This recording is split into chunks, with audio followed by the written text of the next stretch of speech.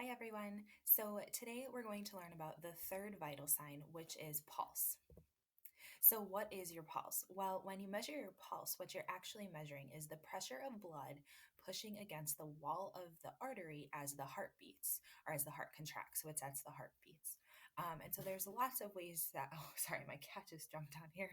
Um, there's lots of ways that you can find your pulse. There's several pulse sites on the body that sometimes you can see them if your pulse is strong enough, but most of the times we feel them or we listen to them. So when you assess pulse, there's three things that you're looking for. The rate, so the actual number of beats per minute that you are feeling or listening to. The rhythm, so the pattern of the beats, and then the volume, which is basically the strength of your pulse. So where can you find these pulse sites? Well, you can see in that diagram there are several pulse sites. The sites are often named according to where they are, so the structures or the bones, but we're pretty much just going to talk about the brachial, which is you can see in the elbow, and then the radial, which is on your wrist.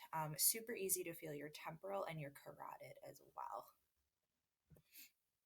So when you measure pulse, there's two ways that you can do that. There's by palpitation, which is just touch. And so that's where you just take your fingertips and you apply it to the pulse site. We'll be doing that later with the radial pulse. And then you can listen to it as well. So that is with the stethoscope, you put it on the pulse site and you listen for that heartbeat. So, pulse rate. If your pulses increase, you might have just been exercising. You might be taking a stimulant. You might be really excited. You might have a fever. You might be in shock. Decreased pulse. When you're sleeping, your body slows down. And so, like, kind of like when you just wake up to your pulse is really low. Taking any kind of depressants, heart disease, coma. And so, if there's continually an abnormally high or low pulse, then that might signal some sort of disease. So pulse rate. So this is the range that we want to see. And so you can see adult males is 60 to 70, females is 65 to 80, children over age 7 is 70 to 90, children 1 through 7, 80 to 110, and in infants, 100 to 160. So let's think about that for a minute, okay? When you're smaller, okay, it takes less amount of time for your heart to pump the blood throughout your body. And so your heart is just beating much faster just because it takes less time for that circulation to happen. So that's why you see it decrease, the pulse rate decrease as you grow up and you grow. So some categories. Ideally, when you're doing your everyday life, you are in your resting heart rate category, and so there's quite a range there. You're considered healthy if you're between 60 and 100 beats per minute. Males 60 to 70 is ideal, and females 65 to 80. So that's kind of your resting normal everyday heart rate. Then you have your target heart rate, and so hopefully you've kind of heard about that in maybe FIED, or if you kind of exercise and you're trying to work on your heart strength or fat loss, that there's different target heart rates for that, and so you can see how you can figure that out from there. So with fat loss, if you're wanting to do that, you want to be in the fat loss target heart rate zone, which is 50 to 70% of your maximum heart rate, and cardiovascular is at 70 to 85% of your maximum heart rate. So your maximum heart rate is you take 220 minus your age. Okay, and then your heart rate should never reach that. And then you would take the percentage based off to figure out your fat loss target zone and then your cardiovascular training target zone. But really, what I want you to get out of here is healthy. Okay, healthy resting heart rate 60 to 100 beats per minute. So increase, decrease pulse. So you can see the list of what could cause your pulse to increase or decrease. If you have continually low pulse rate, that's called bradycardia, and that's where you're under 60 beats per minute. And then on the opposite side, if you have an abnormally high pulse rate, that's where you're over 100 beats per minute, and that's called tachycardia. Now, this is for adults, okay? Because remember, children had a much higher resting heart rate. So bradycardia is really slow, tachycardia is really high.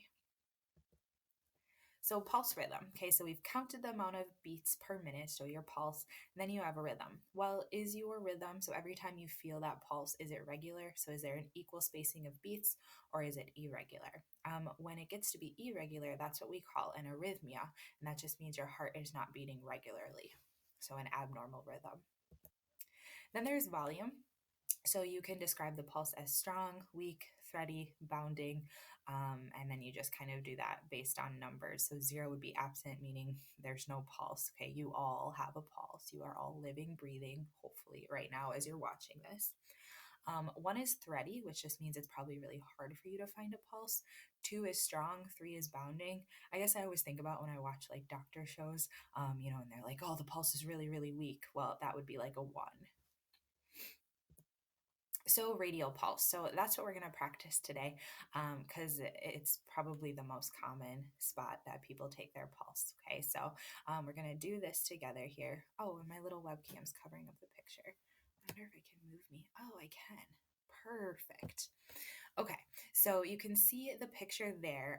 So I'm going to kind of demonstrate on my wrist here. But basically, you just kind of want to look at your palm and then just go down a couple of centimeters. The nice part, you guys, is you can probably almost see your artery here. Whoops. Okay. And that's kind of where you want to be over. So just like in the picture, you're going to find your palm, go a little bit down. Okay, so I'm gonna go right here. Now, if you just kind of like lightly touch your wrist, you might not be able to feel it. So I have to apply a little bit of pressure. I'm not like Hulk strengthening out and putting a ton of pressure. Okay, but I'm feeling a little bit. And I'm doing this until I can feel my pulse.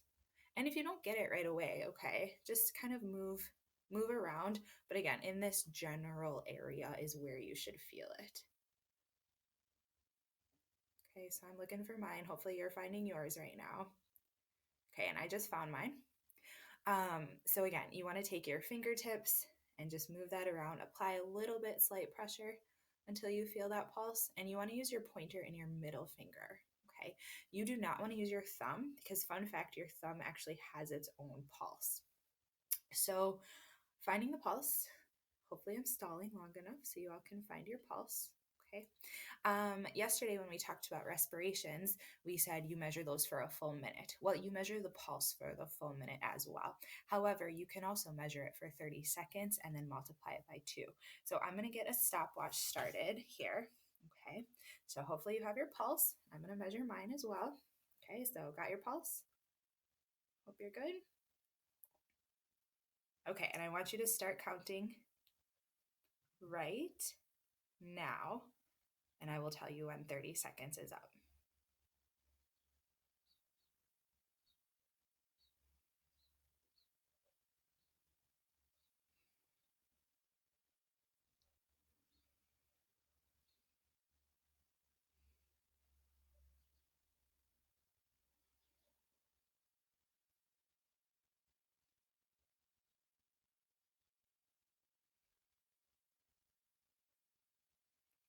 And stop. Okay, so whatever number you just had, go ahead and multiply that by 2. So I had 35, multiply that by 2, so my heart rate is 70. And again, ideally you should be anywhere between 60 to 100. Okay, so again, you measure and count for 30 seconds, multiply that by 2. Hopefully you're in between 60 and 100. I would assume if you're doing this earlier in the day, you're probably a little lower than those who might be doing it later in the day. So we just practiced our kind of our resting pulse. And so now I'm going to challenge you guys, excuse me, to do an increased heart rate. So your Google Classroom assignment for today is you're going to take your pulse at a resting heart rate. I have a couple exercises listed there for you guys, and I want you to choose 2 of them to do. And then I want you to retake your pulse at an increased rate. Normally when I do this in class, then the remainder of class, I put on like relaxing meditation yoga music, and I just let you almost kind of nap for, it usually ends up being about 10 minutes to try and get your heart rate down and seeing if we can even get it like lower than your resting heart rate. So if you feel like you maybe need some meditation today, you can always feel free to add that own extension on your assignment. All right, I'm excited to see what all your pulses are, and hopefully you you find your pulse and you can measure that. If you're really having a hard time with the radial, usually the carotid is pretty easy to feel as well. And so that's usually just right under your neck bone, or your jawbone, excuse me, right here. All right, I will see you guys tomorrow for blood pressure.